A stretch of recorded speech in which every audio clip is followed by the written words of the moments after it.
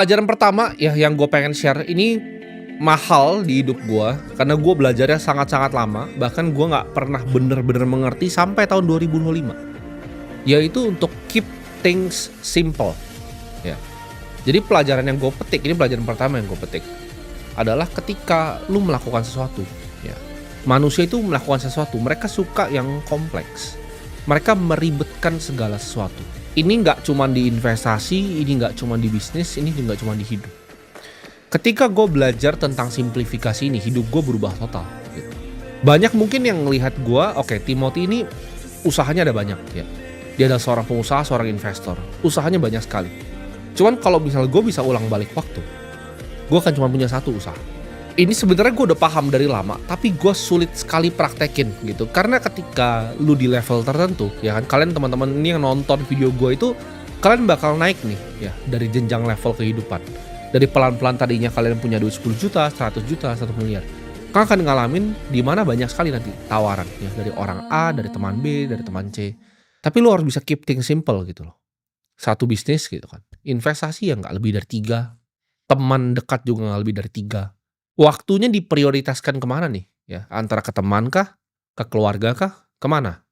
Kadang kita tuh nggak perlu bikin banyak sekali keputusan, ya, dalam 1 tahun.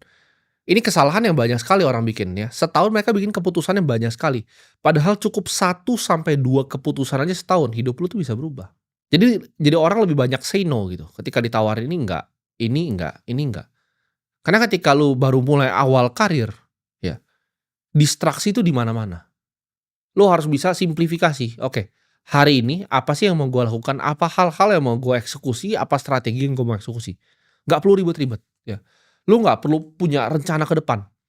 Ini gue pernah belajar dari salah satu portofolionya Warren Buffett, yaitu Nebraska Furniture Mart, ya.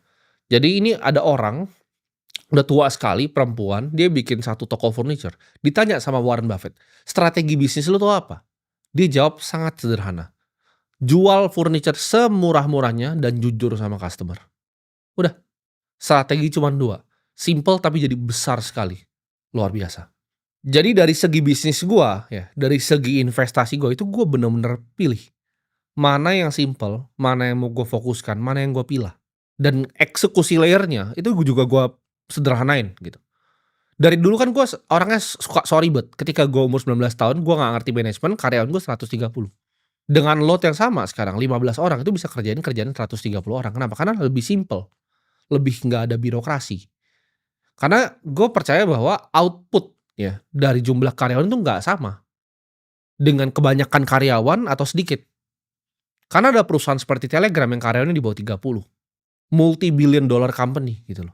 Gue nggak percaya di situ banyaknya karyawan sama dengan kehebatan bisnis gitu. Pelajaran kedua yang gue ambil di